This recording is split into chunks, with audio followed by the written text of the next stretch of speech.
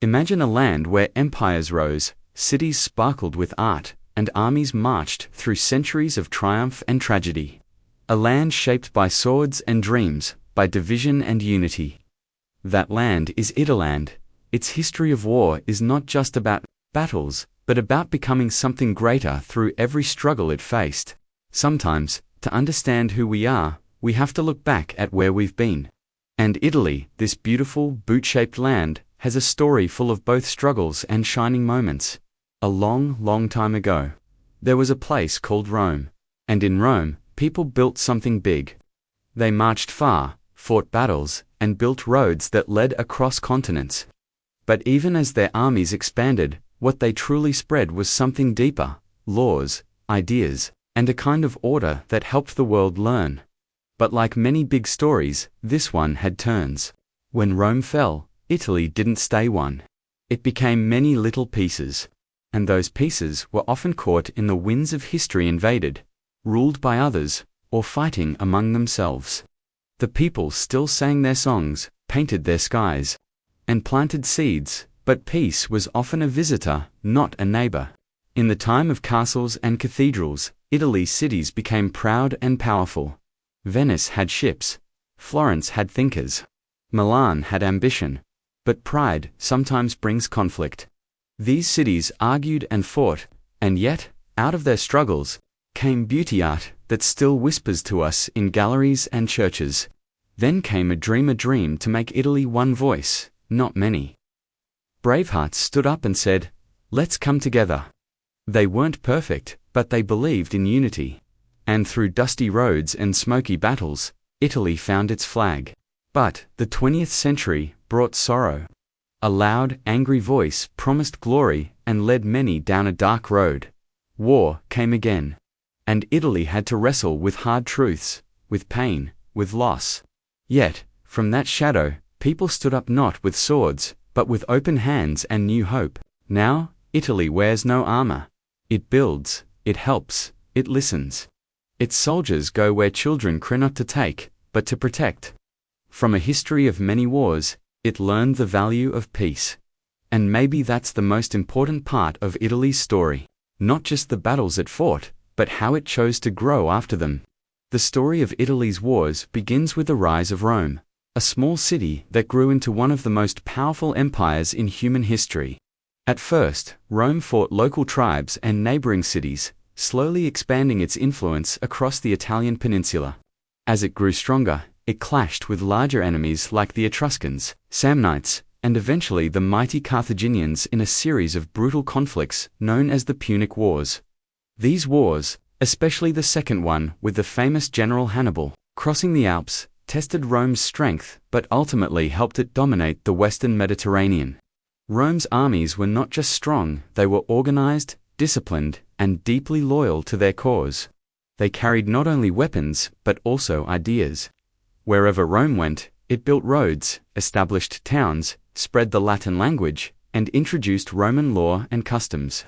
War was not only a tool of conquest, but also a method of unifying different cultures under a common identity. Soldiers became settlers, and provinces became parts of a vast empire that stretched from Britain to the Middle East. As the Republic transitioned into the Roman Empire under Augustus, military power remained at the heart of Roman society.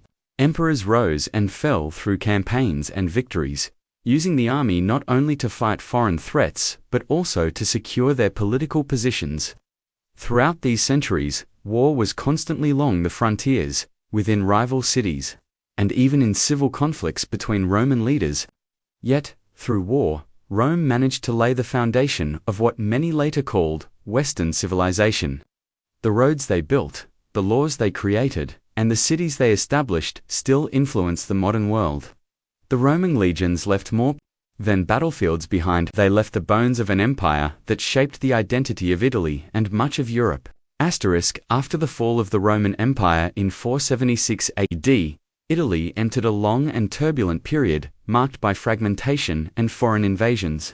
Without the central power of Rome, the Italian peninsula became a patchwork of small kingdoms, duchies and city-states, each struggling for survival and influence.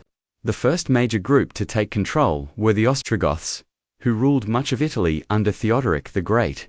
However, their reign was soon challenged by the Eastern Roman Empire, also known as the Byzantines, who reconquered parts of Italy under Emperor Justinian during the Gothic Wars. This left the region weakened and open to new threats. The Lombards, a Germanic tribe, invaded from the north and established a kingdom in northern and central Italy, while the Byzantines clung to the south. Over time, more foreign powers arrived. The Franks, under Charlemagne, defeated the Lombards and took control of parts of northern Italy, while the Normans eventually took over the southern regions and Sicily. With each new invasion or shift in power, Italy became even more divided, and local rulers gained more autonomy. The papacy also began to assert political power, creating the Papal States in central Italy, which added a religious dimension to the political chaos.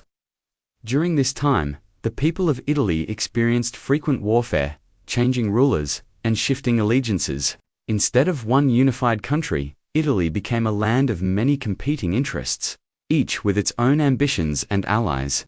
Foreign empires, such as the Holy Roman Empire and later the Spanish and French monarchies, would continue to intervene in Italian affairs, using the fragmented political landscape to their advantage. This constant state of division and invasion left deep marks on Italian identity, reinforcing regional differences that would last for centuries and delay the dream of national unity. During the medieval and Renaissance periods, Italy was not a single unified country but a mosaic of independent city-states and principalities, each with its own government, army, and ambitions. Cities like Florence, Venice, Milan, Genoa, and Naples rose to great wealth and power through trade, banking, and political strategy. Their prosperity fueled intense rivalries, and these rivalries often turned into open warfare. Wars between city-states were frequent, as each sought to expand its influence and protect its interests. These conflicts were not only political and economic but also deeply personal, with powerful families like the Medici, Sforza, and Visconti using alliances and mercenaries to gain the upper hand. The use of hired soldiers, known as condottieri, became common. These professional warriors fought not for loyalty but for money, often switching sides if offered better pay, which made the wars unpredictable and prolonged. Despite the violence, this period also witnessed an extraordinary cultural awakening. The competition between city-states spurred a flourishing of art, science, and philosophy, known as the Renaissance. Leaders funded grand architectural projects and supported artists like Leonardo da Vinci and Michelangelo, hoping to glorify their cities. Meanwhile, larger European powers began to interfere in Italian affairs.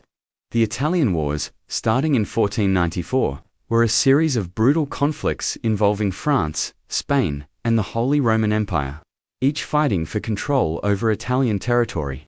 These invasions brought widespread destruction and further weakened the autonomy of many Italian states. The constant warfare and foreign meddling gradually eroded the independence of these once powerful cities. Despite the brilliance of their cultural achievements, the inability of Italian states to unite made them vulnerable. The Renaissance shone brightly, but it also unfolded in the shadow of swords and shifting alliances, as Italy became a battleground for both its own ambitions and the desires of foreign empires. In the 19th century, the dream of a unified Italy began to take shape after centuries of division and foreign rule. The movement known as the Risorgimento, meaning resurgence, was driven by a combination of nationalist ideas, political ambition, and the desire for independence. At that time, the Italian peninsula was divided into several states: the Kingdom of Sardinia in the north, the Kingdom of the Two Sicilies in the south, the Papal States in the center, and various other territories controlled by Austria or influenced by France and Spain. The push for unification gained momentum through the efforts of key leaders like Count Camillo di Cavour, the Prime Minister of Sardinia, who used diplomacy and strategic alliances to weaken Austria's control. Giuseppe Garibaldi, a revolutionary general and beloved figure, led a series of daring military campaigns in southern Italy. With his volunteer army, known as the Redshirts, Garibaldi landed in Sicily in 1860 and marched through the south, toppling local rulers with popular support. Rather than keep power for himself, he handed the conquered territories to King Victor Emmanuel II of Sardinia, demonstrating his commitment to national unity. Meanwhile, Cavour worked to secure international backing, especially from France, and coordinated military actions against Austria, resulting in key victories in northern Italy. Slowly, through wars, negotiations, and popular uprisings, the Italian states were brought together under one crown. In 1861, the Kingdom of Italy was officially proclaimed, with Victor Emmanuel II as its first king. However, not all regions were united at once. Venice joined in 1866 after war with Austria, and Rome became part of Italy only in 1870 when French troops withdrew.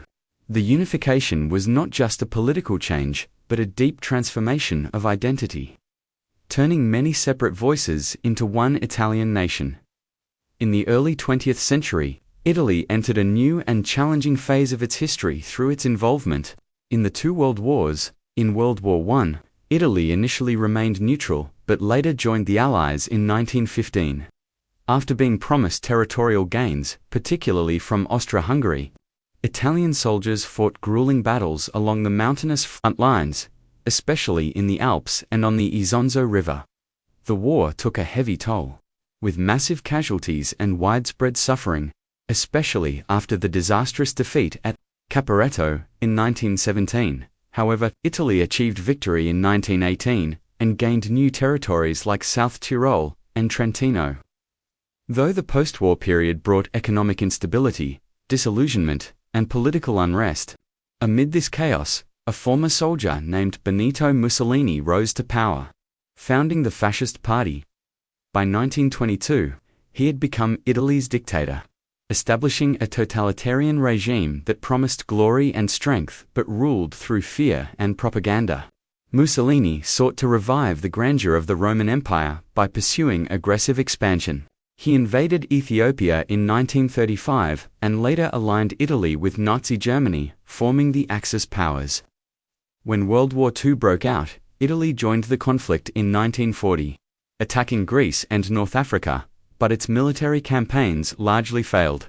The Italian army was poorly equipped, morale was low, and defeats mounted quickly. In 1943, after Allied forces invaded Sicily, Mussolini was overthrown by his own government. Italy surrendered to the Allies but was soon divided. The South joined the Allies, while the North became a fascist puppet state supported by Germany. A brutal civil war followed, with Italians fighting Italians' partisans against fascists. By 1945, Mussolini was captured and executed, and Italy lay in ruins. The war had devastated the country, but it also set the stage for a rebirth. As Italians began to reject dictatorship and build a democratic future, after the end of World War II, Italy faced the enormous task of rebuilding not only its cities and economy but also its national identity. In 1946, Italians voted in a historic referendum to abolish the monarchy and establish a republic. Ending centuries of royal rule, a new democratic constitution was adopted in 1948, marking the start of a modern political era. Italy aligned itself with the West during the Cold War and became a founding member of NATO in 1949 and the European Economic Community in 1957, which later evolved into the European Union. Although Italy no longer engaged in traditional wars for conquest, its role in global affairs shifted toward diplomacy, peacekeeping, and international cooperation. Italian troops served in various United Nations missions, such as in Lebanon, Somalia, Kosovo, Afghanistan, and Iraq, not as aggressors, but as part of efforts to stabilize regions in crisis. These missions reflected a fundamental transformation in Italy's military purpose, from empire building to peacemaking. Domestically, Italy faced challenges like political instability, terrorism during the years of lead, and organized crime, but it remained committed to democratic institutions. The Italian military was restructured into a professional force, trained for modern conflicts and humanitarian operations. Italy also became a voice for peace in international forums, often advocating dialogue and diplomacy over violence. The painful lessons of its past wars, especially those under fascism, led to a national culture that values freedom, democracy, and human rights. Museums, memorials, and education all play a role in reminding citizens of what war cost and why peace matters. Today, while Italy honors the sacrifices of its history, it chooses to serve the world with aid, culture, and cooperation rather than arms, proving that a nation once shaped by war can become a force for peace. Italy's journey through war is a story of transformation. From ancient legions marching across continents to a modern nation standing for peace, it has known the pride of empire, the pain of division, the darkness of dictatorship, and the strength of unification. Through battles fought on its soil and beyond, through voices raised in revolution and unity, Italy has emerged not just as a survivor of history, but as a teacher of it. Its past is filled with scars, but also with courage, resilience, and growth. And today, Italy shows us that a nation can carry the weight of war while walking firmly toward hope, healing, and harmony.